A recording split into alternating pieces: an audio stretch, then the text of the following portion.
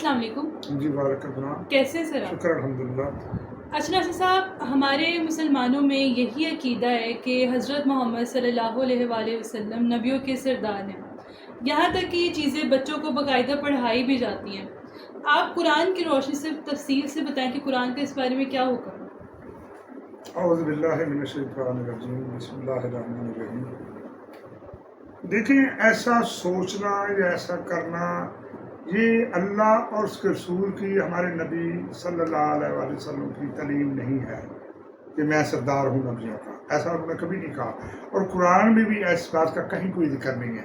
بعد میں حدیثوں کو گڑھ کے بنا کے ایک چیز لے آنا، ایسے ہی خام خواہ چار بندے مل کے، تو یہ کوئی دین نہیں ہے. دین مکمل ہو چکا تھا جب نبی اکرم صلی اللہ علیہ وسلم دنیا سے گئے، تو قرآن جب مکمل ہو گیا تو انہوں نے خطبہ دیا، خطاب کیا لوگوں سے، اور کہا یہ اللہ کی کتاب ہے اور یہ میری سنت ہے، میں نے ساری زندگی اس کے مطابق عمل کیا.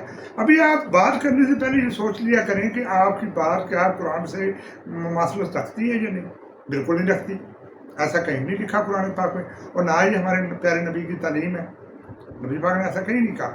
اور دوسرا میں آپ کو دلیل آج دینا چاہتا ہوں. یہ ویسے مجھے بھی پتہ ہے کہ ہمارے مسلمانوں میں تھوڑا نا اس بات میں بڑا انتشار ہے. یہ سمجھتے ہیں کہ شاید ایسا نہیں ہے. ایسا اس لیے نہیں ہے کہ خدا اللہ سبحانہ کی نظر میں سارے پیغمبر ایک جیسے ہوتے ہیں. ہاں، قرآن میں ایک جگہ یہ بھی لکھا ہوا ہے کہ یہ وہ رسول ہیں کہ ہم نے ایک کو دوسرے پر فضیلت دی. ان میں سے بعض وہ ہیں جن کو ہم نے درجات میں بلند کیا، اور موسیٰ کلیم اللہ سے ہم نے خطاب کیا، اللہ نے خطاب کیا، خود بات کی. اور عیسیٰ روح اللہ کو ہم نے خاص روح سے طاقت بخشی، یعنی ان کو کلمت اللہ کہا گیا. یہ ہے اس میں. لیکن اس کا یہ مطلب نہیں کہ آپ ڈال لیں کہ جی ہمارا نبی سب سے اعلیٰ ہوگا. ایسا نہیں ہے.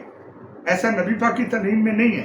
دیکھیں، ہم آج دیکھنا ہے کہ 1500 سال پہلے مکے کی وادی میں حضرت محمد صلی اللہ علیہ وسلم پر جو نبوت اتری، جو ان کو کہا گیا کہ نبی ہونے کا اعلان کریں، تو نبی ہونے کا اعلان کرنے کے بعد جب ان پر آسمان سے وحی آئی، تو وحی کیا آئی؟ وہ کیا تھا؟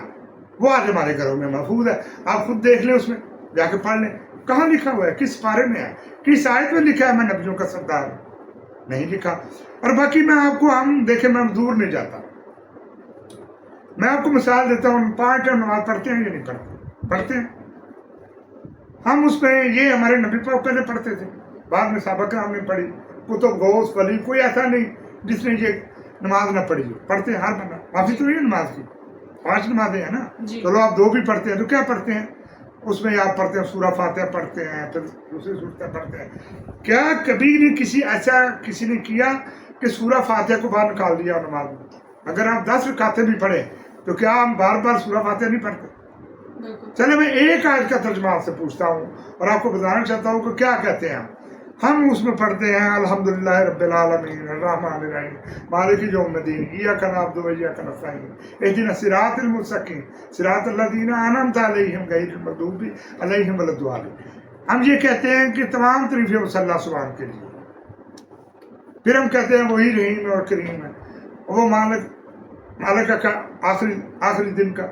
ٹھیک ہے. اور یا اللہ ہم تجھی کو پکارتے ہیں، تجھی سے مدد مانگتے ہیں، تیری عبادت کرتے ہیں، تجھی سے مانگتے ہیں. یہی کہتے ہیں.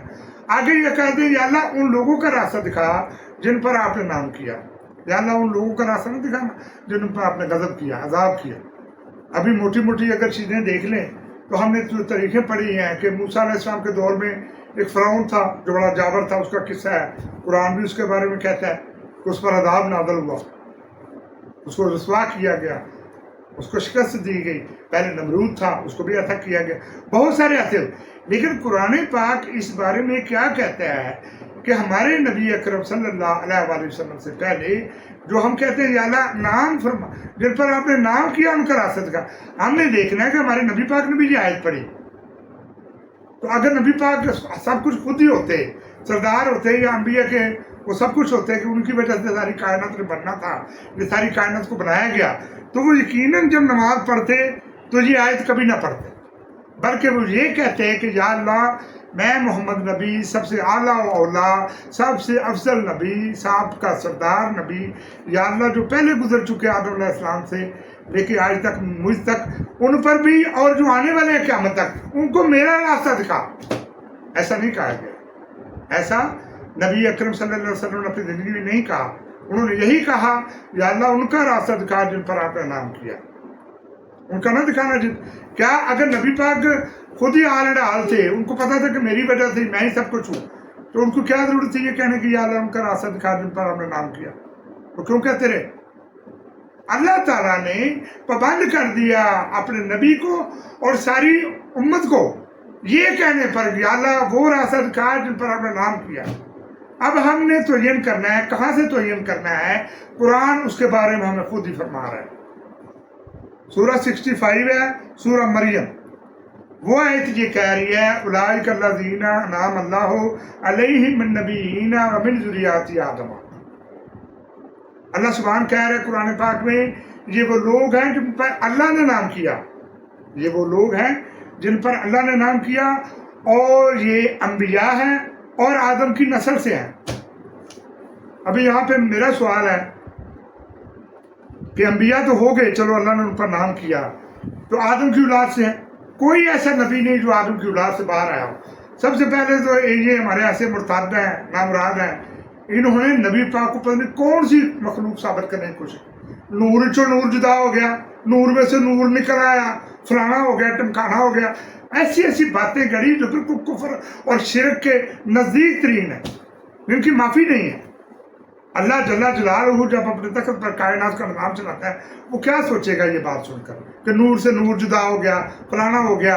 حالانکہ یہ قرآن کہہ رہا ہے کہ تمام نبی، تمام انبیاء آدم کی پشت سے ہیں، کوئی نبی آدم سے باہر نہیں،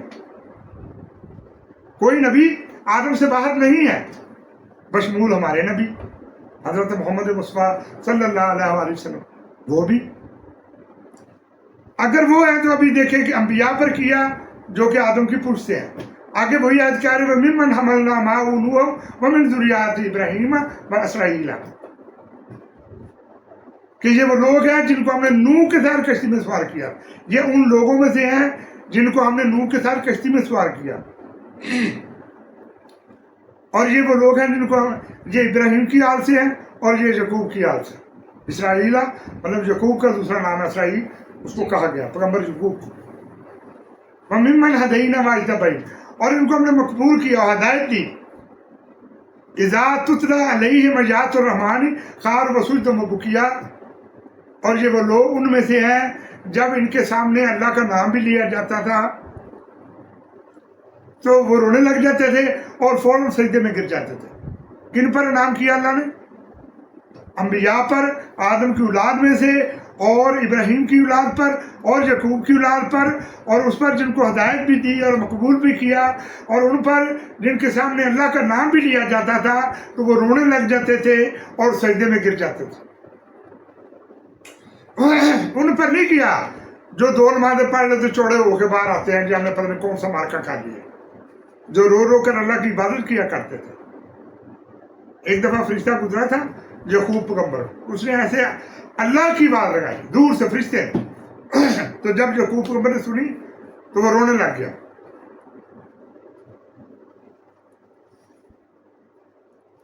یہ میں اپنے سے نہیں کہہ رہا، یہ اللہ تعالیٰ اپنے قرآن میں، یہ ہمارے نبی نے جو ہمیں قرآن دیا، جو کتاب لکھوائی، جو ہمیں محفوظ کروائی گئی، جو آج ہمارے گھروں میں، وہ کہہ رہی ہے، اللہ کی کتاب کہہ رہی ہے، اس کے رسول کی کتاب کہہ رہی ہے۔ یہ میں اپنی طرف سے کوئی حدیث یا کوئی قصہ کہانی نہیں سنا رہا۔ اللہ تعالیٰ کہہ رہے ہیں میں ان پر نام کیا جن کے سامنے میرا نام بھی لیا جاتا تھا، وہ رونے لگ جاتے تھے اور سجدے میں گر جاتے تھے، یعنی اللہ کا نام سن کر سجدے میں گر جاتے تھے۔ اتنا خوف خدا تھا ان کے دلوں، اتنی محبت تھی ان کو، ان کے دلوں میں اللہ سبحان کے لیے۔ ان پر کیا، کن پر کیا؟ ان پر، اور نام بھی لے لیا، یعقوب کی آل پر کیا، ابراہیم کی آل پر کیا۔ میرا سوال یہ ہے کہ نبی پاک صلی اللہ علیہ وسلم جب یہ پڑھا، یہ کتاب پڑھی، یہ آیت پڑھی، یہ نماز پڑھتے ہیں، اور ہمارے صحابہ نے پڑھی، ہمارے کتب و غوثوں نے پڑھی، بادشاہوں نے پڑھی، بڑے بڑے سپہ سالاروں نے پڑھی، اور آج ہم بھی پڑھتے ہیں، تو ہم کیا کہتے ہیں؟ اگر نبی پاک آل ہوتے تو کیا وہ ایسا کہتے؟ وہ کبھی نہ کہتے۔ وہ کہتے یا اللہ میں اس آیت کو کیوں پڑھوں گا، سب سے اعلیٰ افضل تو میں ہوں، سردار تو میں ہوں، یا اللہ ان کو میرا راستہ دکھا، ایسا نہیں کہا گیا۔ دیکھو اللہ سبحان نے آدم علیہ السلام سے لے کر حضرت محمد مصطفیٰ صلی اللہ علیہ وسلم تک جو کہ آخری نبی ہیں، ختم النبیین ہیں، ان تک یہ فیصلہ کر دیا کہ تمام انبیاء ایک پلیٹ فارم پر ہیں، ایک پلیٹ فارم پر رہیں گے. اور دوسرا کبھی یہ کہتے ہیں جی وہ سب سے پہلے نبی جنت میں جائیں گے. بھی کیوں؟ بھی جیسے ہی اللہ فیصلہ کرے گا وہ خود اس چیز پر. قرآن میں ہمیں کہیں نہیں ہے کہ سب سے پہلے فلانی امت جائے گی فلان. یہ بھی انہوں نے اپنی طرف سے گھڑ لی باتیں، جھوٹ پر مبنی ہیں جو ان کی حدیثیں وہ گڑی ہوئی ہیں. قرآن اس بارے میں خاموش ہے. اللہ اس چیز سے قاصر ہے جب وہ فیصلہ کرے. اللہ تجھے جب تخت 8 فرشتے اٹھائے ہوں گے، اللہ کہتے ہیں جب ظلم حد سے بڑھ جائے گا تو پھٹ پڑیں گے آسمان، حتیٰ کہ 8 فرشتے اس کا تخت اٹھائے رکھے. عام کرسی دے 4 پاوے، اللہ تعالیٰ دی کرسی دے 8 پاوے. کہ 8 پاؤں والی کرسی دیکھی آپ، لیکن اللہ کا تخت 8 پاؤں پر مشتمل. 8 فرشتوں نے اس کو اٹھایا ہوگا اور وہی حساب کا دن ہوگا. اللہ اس پر تخت پر براجمان ہو. اور اللہ کہتے ہیں قیامت کے دن جو اس کے داہنی طرف آ کھڑے ہوں گے وہ بھی یقیناً فائدے میں رہنے والے، جو اس کے تخت کے بالکل سامنے کھڑے ہوں گے وہ بھی فائدے والے، لیکن جو اس کے تخت کے بائیں طرف اس کے پیچھے ہوں گے وہ یقیناً خسارے والے، گھاٹے والے. وہاں کوئی سال نہیں لگیں گے، 1 منٹ میں فیصلہ ہوگا. امر الہی کیا ہے؟ تو ہو جا اور وہ ہو جاتا ہے.